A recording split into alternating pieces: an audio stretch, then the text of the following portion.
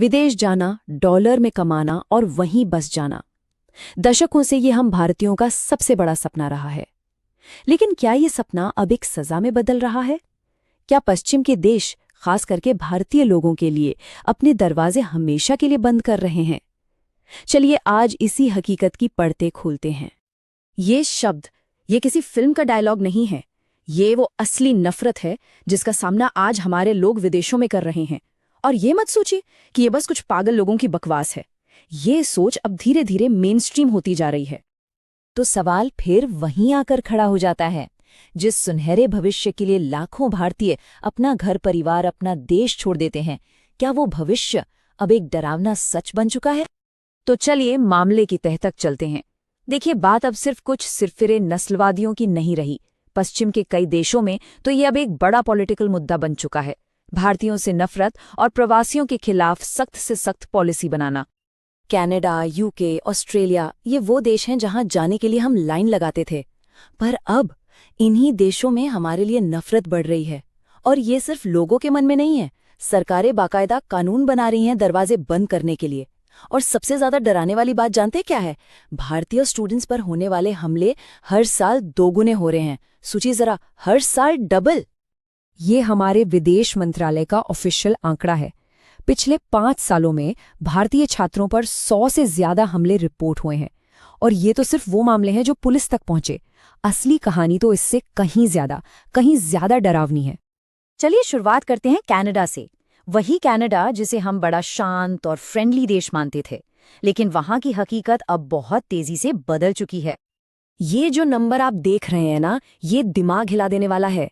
इसी साल अगस्त के महीने में कनाडा ने 74% भारतीय छात्रों के वीजा एप्लीकेशंस रिजेक्ट कर दिए।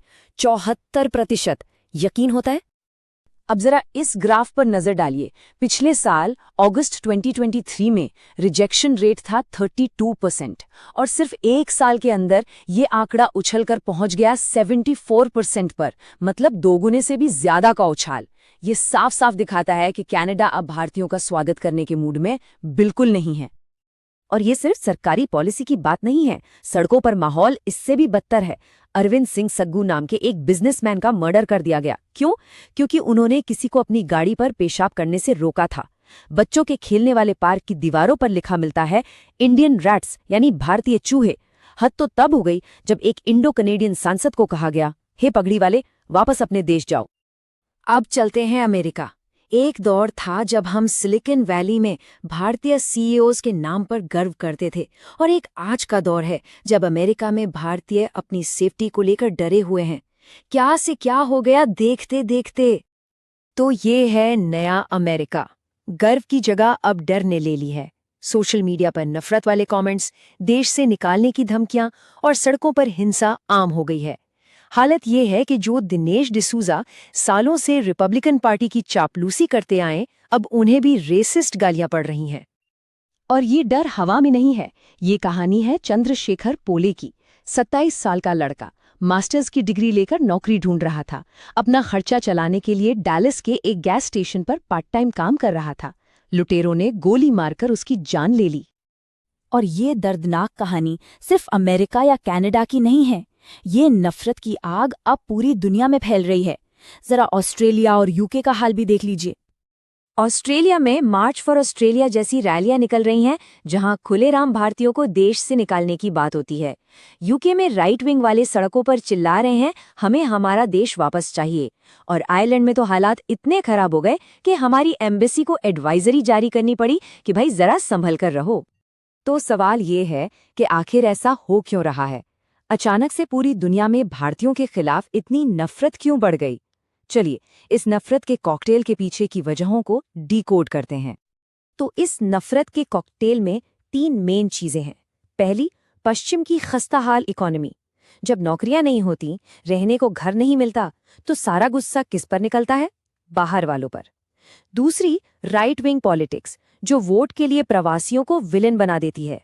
और तीसरी, जो थोड़ी कड़वी है पर सच है, हमारी अपनी कुछ गलतियां, जैसे वीजा फ्रॉड या सिविक सेंस की कमी, जिसे हथियार बनाकर पूरी इंडियन कम्युनिटी को बदनाम किया जाता है।